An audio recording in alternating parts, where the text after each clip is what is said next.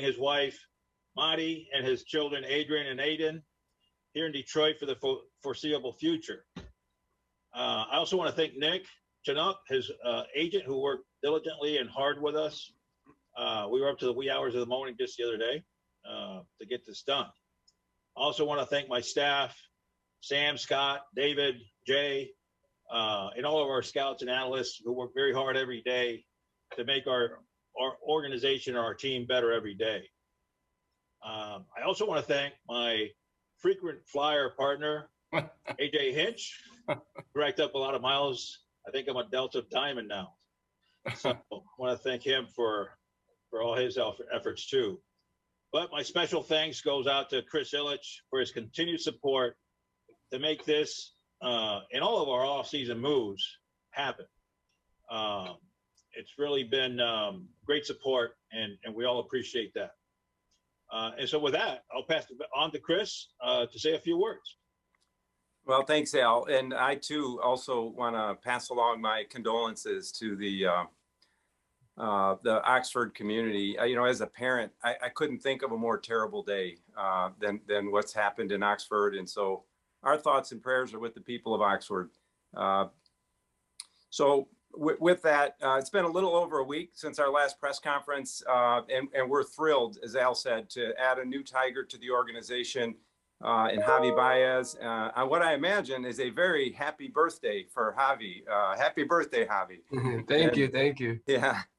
And I'd like to welcome not only Javy, but also his wife, Maria, and children, Adrian and Aiden, to our Tigers family. So welcome to all of you.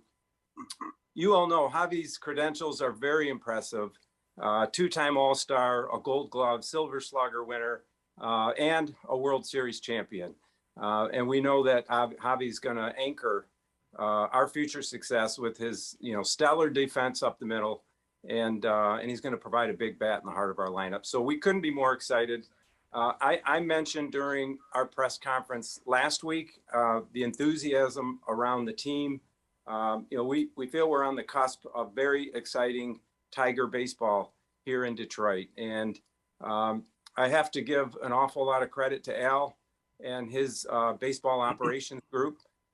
Al, along with Sam Benson and Jay Sartori and David Chad and Scott Bream, and of course, AJ, his frequent flyer traveler and travel mate. Our team has just done a wonderful job working hard, first preparing towards this off season and then being aggressive and executing during the off season. So congratulations to our team.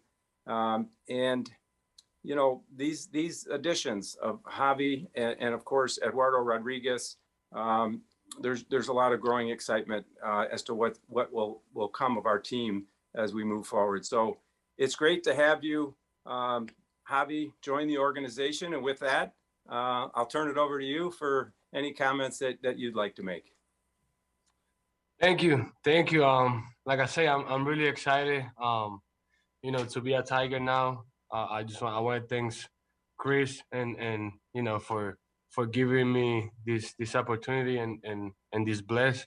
Obviously AJ and Al that came down to Miami and meet with us and my family. Everything went great. So I'm really excited to be here and I'm ready to play. Awesome. Thanks, Javy. Thanks, everyone. If you have a question, just put a note in the chat and we'll get to those.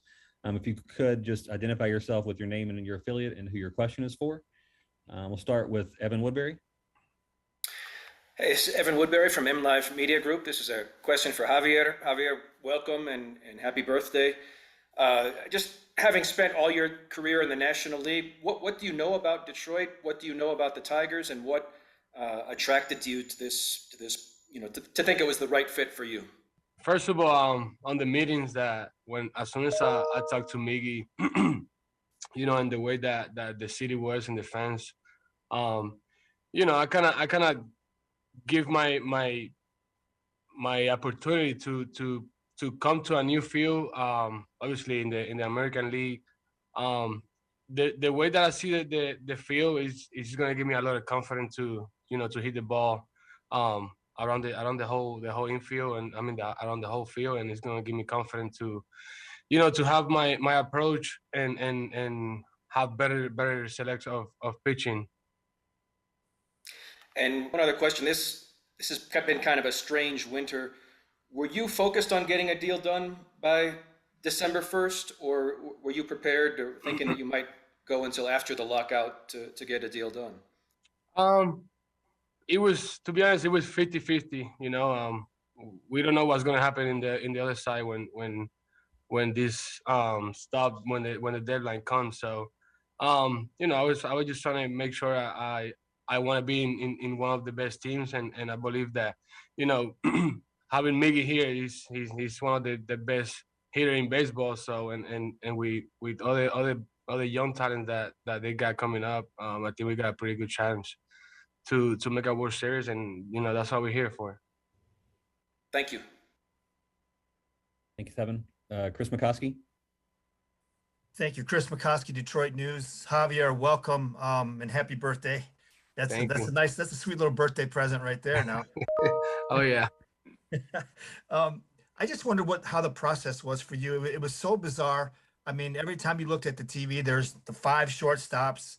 It was like you guys were a basketball team or something that was being shopped around. How much involved were you in that kind of pecking order and all that? And what, I mean, you talked about coming to the new league, but what else about Detroit struck your fancy? I mean, a conversation with AJ, you talked about Miggy. Just what did you like about this team, this city? Just seeing them from the other side, and the way that they play when I play against them. There was a lot of young players, and obviously Miggy, and obviously everyone wants to learn something from Miggy, and that was one of the biggest thing that I wanted to come here and learn something from Miggy that really helped me, because every time I go somewhere, I learn and I pick stuff that really helped me, and I'm pretty sure Mig is one of the guys that helps everybody around, and obviously he's gonna be excited to have him right next to me. Thank you for that. Can I also ask one of AJ, please, just in terms of the narrative that you had no part in putting out there was out there with Carlos Correa in your relationship.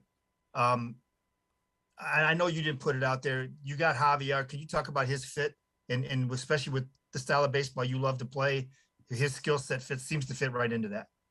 No, he's a perfect fit for us, and Javy brings a lot to a team. First off, he's been on a World Series team before, and he's seen it go from maybe an immature team to a very mature team to winning the World Series, to the pressures that come after winning the World Series. And watching him respond all throughout the way, watching him grow, he's got an incredible impact on a team. And when you describe Javier Baez and what he can bring to a team, we're going to go right to the defense and the tags and the flair that he brings, the power, the homer to every part of the ballpark. But I think there's to kind of take out of like Nick Saban's book is his competitive character is remarkable. He has a short memory, and all he cares about is winning today's game. And you've heard that quote from me time and time again. Let's bring winners here that want to win today's game, and then see where that takes us. I think Javy, with the way his career has gone, the impact that he's had, the ups, the downs, and everywhere in between, has come out of it a super tough kid that knows how to win. And that, part of being a marquee player or a high-end player at this league is not just what you do on a nightly basis. It's also how you impact your teammates. So when the news starts leaking out that we're adding Javier Baez to our team, Casey Mize, Akil Baddoo, Miggy, Jonathan Scope, Soto, like the people that message people that talk about this and how excited they are, brings immediate comfort to me when you bring him to our team. He's a player that quite honestly posts and shows up every single day to beat you. If you're not wearing our team, if you're not wearing the English D, if you're not in our dugout, he's against you. And to me, that competitive character that he brings is something that we've been trying to build for a year since I've been here. He's a perfect fit. And me as the manager, I couldn't be happier. Thank you very much. Chris, Evan Petzold. Yeah, question for Javier. Evan Petzold from the Detroit Free Press. Just what you know about this team and what you've learned through your conversations with Al and AJ and knowing guys around the league. I mean, what do you think about the potential that this team has, now adding you to the mix and some other pieces here this offseason? I do know a few of the guys. I don't really know all of them, but I know they got talent, and I kind of wanted to try something new, and obviously here in Detroit, they don't say much about Detroit, so I'm gonna bring my energy here, and obviously I'm gonna pump all these guys to see how far we can go and during the season, and obviously try to make it to the playoff and the World Series. And then question for Al too. Al, I know you guys were up pretty late working on the deal. Just from your perspective, how did all this come together? Well, there was a lot of conversations back and forth, negotiations back and forth. So it's no different than any other negotiations. One thing that we wanted to know for sure before we got really deeper into this is that Javy wanted to come to Detroit and be part of this, this renaissance per se, and be a big key part of it. And we remember talking to him. We explained to him where we were as an organization, as a baseball team, and where we wanted to get to, and how we felt that he could be a big part of, making us better and getting us to the playoffs. And he reiterated by saying, well, he remembered being a young player in the Cubs organization coming up on a team that was losing, obviously they were losing, and then him coming up and then being surrounded by other players and eventually getting to the World Series and winning it. So what we've got going, he mentioned, you have a lot of that going on now in Detroit, what I went through in Chicago. So that was an attractive thing to him. By him saying that, I knew then, okay, this guy really understands what we're at. And most of this conversation, by the way, was in Spanish. So just, Miggy told them about where we're at this point and how he can really make an impact for us. So once we got those conversations going from, GM, manager, AJ was part of those conversations, explaining the whole dynamic of the team and the coaching staff, and everything that we have to offer to make the team and better, and how he would make us better. That was a big part too. So once all that was established, then it was just like really grinding out negotiations and going back and forth, and finally it came to fruition, and we get the deal done. Right. All right. Thank you both. Beck. Javy, welcome to Detroit and happy birthday and congratulations. Thank you. You talked a little bit about the ballpark and looking forward to playing there. It's obviously bigger than Wrigley, but in some ways it compares to Citi Field. How much do you think your late season stint in New York kind of prepared you for this? And were there any adjustments that you made as a hitter once you got over there, either ballpark related or otherwise? I think when I got to New York, the field gave me a little bit more of confidence. I'm a guy that I swing hard, and I try to control my swing, even that I really can't swing slow. But it just kind of gave me the confidence to start going to the other way and not just hit for power. Just trying to go gap to gap, and it was something that really helped me, and it gave me the confidence to just go out there and try to see the ball, and I got quick hands, so I just got to realize that and have that confidence to realize where's the ball. The style that the Tigers played under AJ this past season, not just with the contact hitting and everything, but also the speed and the aggressive base running. How much talk was there about that and how you fit into it, and how much does that appeal to you? Great. I mean, we saw it last year when I was in New York. We played against them, and they had really good speed on the bases and around the infield playing defense. So I'm gonna bring my talent, my magic over here, and see where I can help these guys. And obviously, I like to learn something every day. So I'm gonna be learning stuff from the youngest one to to Miggy that is the older. Thank you. And the question for Al, this shortstop search obviously has been a big topic all off season. The way the market unfolded, especially in the last week or so, as things picked up and more players started signing, was there an adjustment on your guys' part to either push to get something done before tonight, or to either try to get a decision? I can't say that we made an adjustment late. No, I think we were very well prepared from the get-go. Once the World Series was over, we were very prepared. We were very aggressive at the GM meetings. And when I say aggressive, I mean that we had several meetings or multiple meetings every day with different agents and other teams. So that got the process started. We met with, obviously with Nick, Javy's agent, also there, multiple times actually at the GM meetings, not just once. We had regular meetings in my room, and we actually met at a restaurant a couple of times. So, and we probably met with him more than anybody else. And that continued obviously after the GM meeting. So, no, we worked. From the very beginning at the same pace, which was pretty fast and pretty hard, and it just all kind of came to fruition here at the end. Was it important for you guys to get something done before tonight, as opposed to waiting until later? It was our preference to make a deal earlier than later. It was our preference, but I can't say we did it because we felt we had to do it. If it didn't come to this, we would have waited. I think even Javy mentioned that if he didn't feel the deal was good for him, he would have waited. If we didn't think the deal was good for us, that maybe for whatever reason, we would have waited.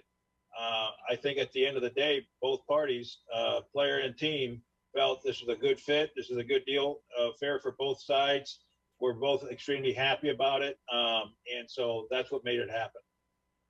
And lastly, for me, how late of a night was it Monday night, and what time did the deal get done? I get off the phone with Chris Ilitch probably around midnight. And then I think with Nick, if I remember correctly, around 2:30 in the morning.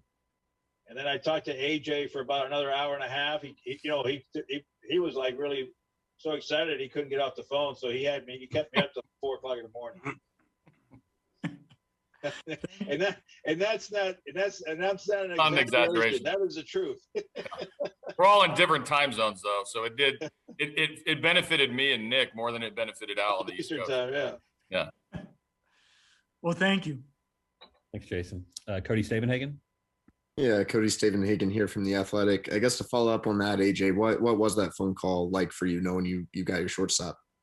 Yeah, no, it was great. I mean, this was something that, meeting with Javy early in the process and beginning to get excited. I mean, it's a fast process, I think, for both player and manager, and we are kind of on the side of this, trying to get to know one another very quickly. Now, I can talk to managers and other people that have been around Javy, but the more you learn about him and the more you appreciate what he brings to the ballpark every day, the more excited I got. And so as this unfolded, these little details at the end that are not little to team or agent, really, I wanted it to just fast forward and get it done because when I talked to Javy that night, really late in Puerto Rico, I was just wanting him to know how excited I was and how good that I felt I was going to write his name in the lineup, every day at the shortstop position. And he was going to help us win. I mean, he and I are very aligned in what the objective of the day is. And it's to win the game. And obviously, as that started to build, I got really excited. Shortstop is a position where stability matters. And if you think about the double plays that we didn't turn, if you think about the different lineups that were constructed, with various people at the position. It was a point of emphasis at the beginning to take care of our pitchers. How did we do it? The first thing we did, we added a catcher. Now we've added a Gold Glove, All-Star caliber shortstop who makes a great impact in all facets of the game. So I was thrilled that night. A question for Javy. As you mentioned, Javy, when you were with the Cubs, you were part of the young core that was on the rise. Now you're going to be one of the faces of this franchise, other than Miguel, the highest paid player on the team. What does it mean to you kind of reach this point in your career and now be on the more veteran side of trying to help a team contend in the playoffs? I'm the type of the leader that I like to be in this position. I like to be the leader. I like to be the one that teaches everything on the guys that got questions, and I like to be the guy that everybody follows, and obviously I don't like to show that around, that like I'm the leader or whatever, because I like everybody to join and help and put something together. But I don't know how it's going to be. I really don't play with that pressure. I try to control it as much as I can. But we'll see when spring training starts and how everything goes. All right. And then I had one more for Chris. Chris, we've had to sit here and ask you for years, when is the time right? When are you going to be willing to spend? Even though we all know there are still going to be some critics, is it gratifying for you to have a press conference like this and sign a marquee free agent? Yeah, this is a turning point for the Tigers, undoubtedly. Signing a player like Javy, I think, sends a message to the baseball world, to our fans, that the Tigers are here to compete. We want to be highly competitive. We want to be successful. So it's very exciting to me to see over the years, our team, led by Al and his operations team, have had a plan.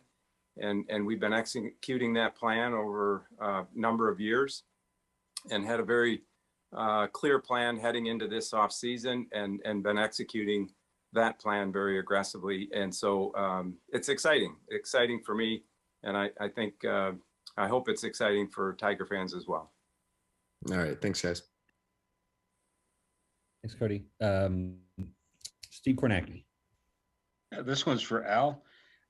To begin with, Al, talk about what it's like to touch on what Chris was just discussing. What was it like this year and today being the ultimate time of the whole free agency chase, to be a part of this, putting key pieces together into your lineup and moving forward?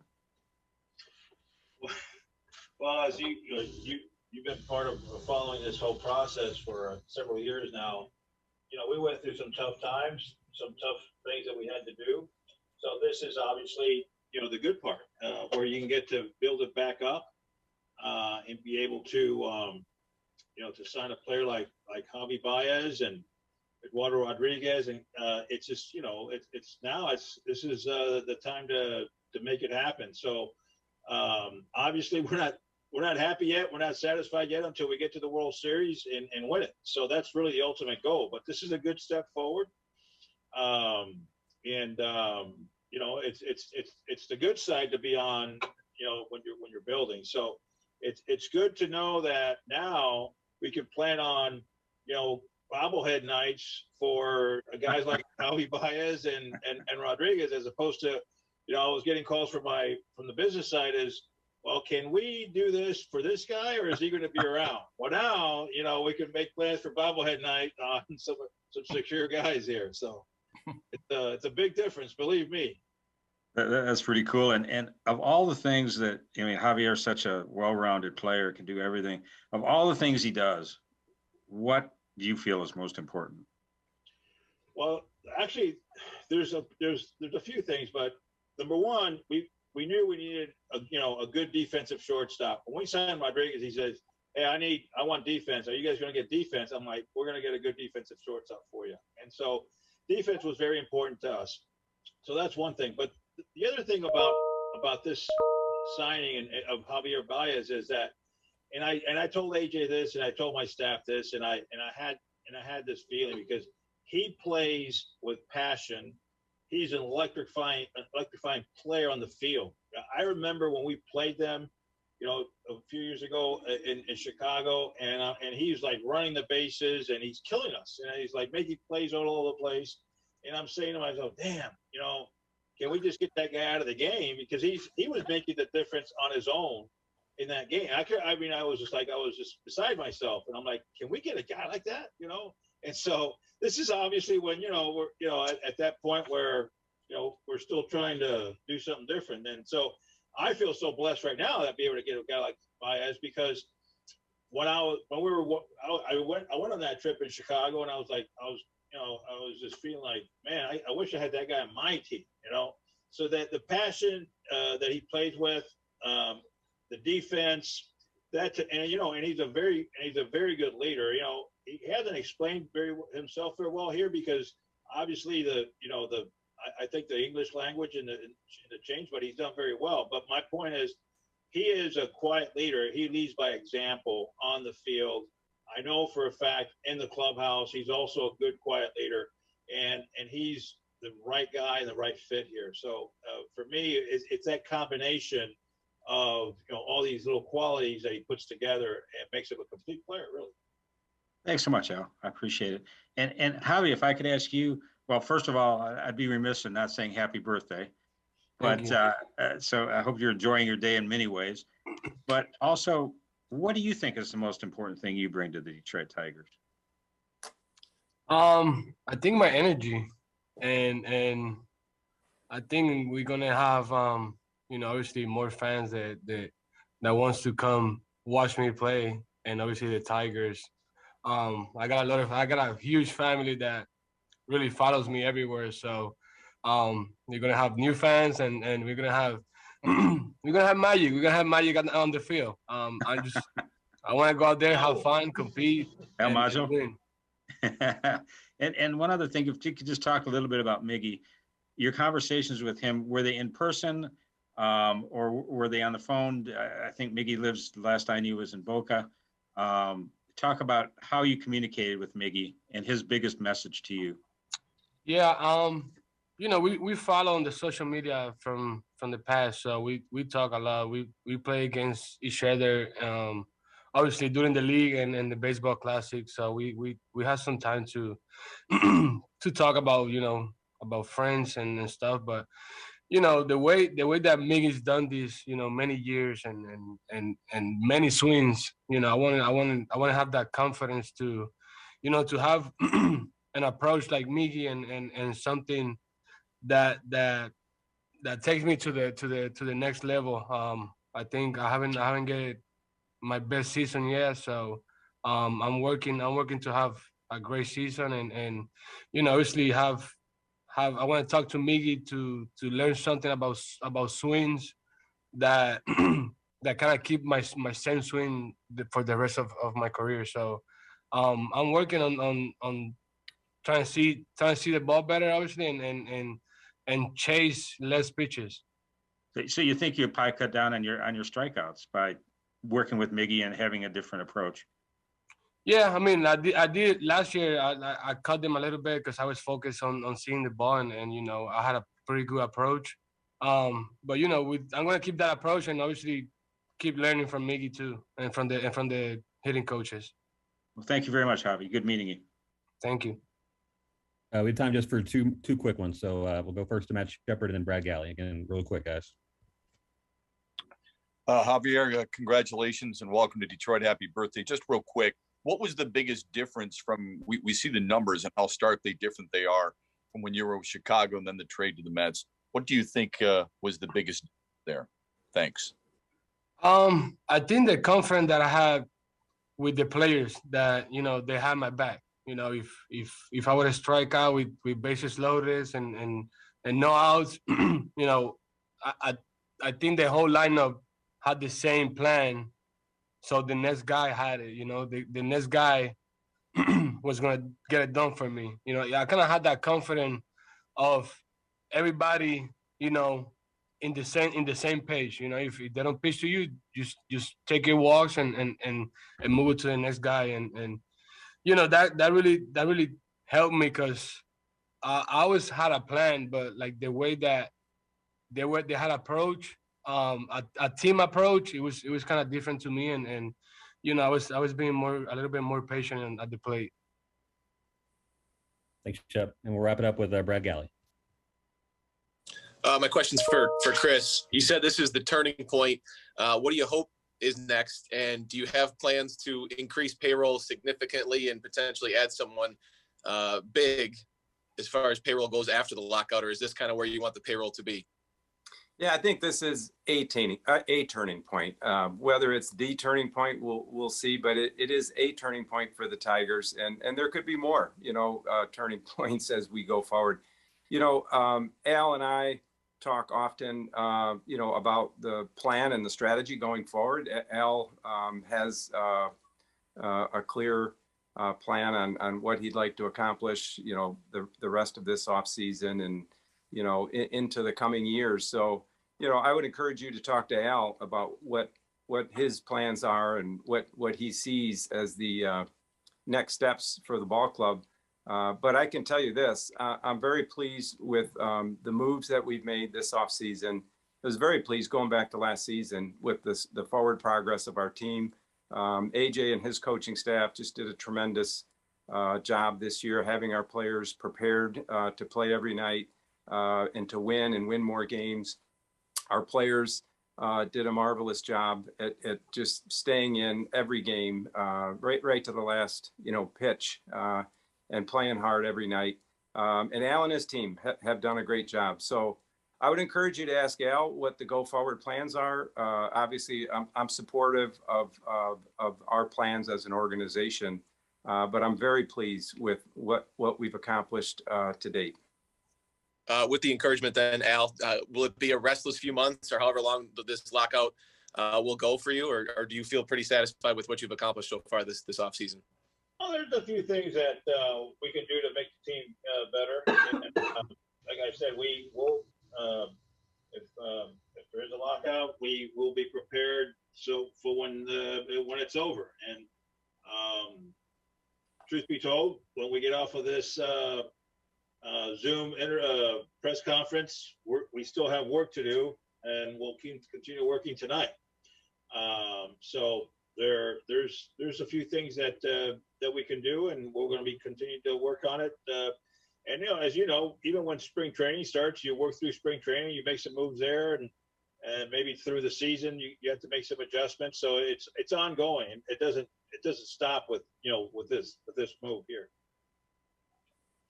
Awesome. Thanks, Brad. That'll wrap us up today. Again, thanks to Chris, Al, AJ, and Javy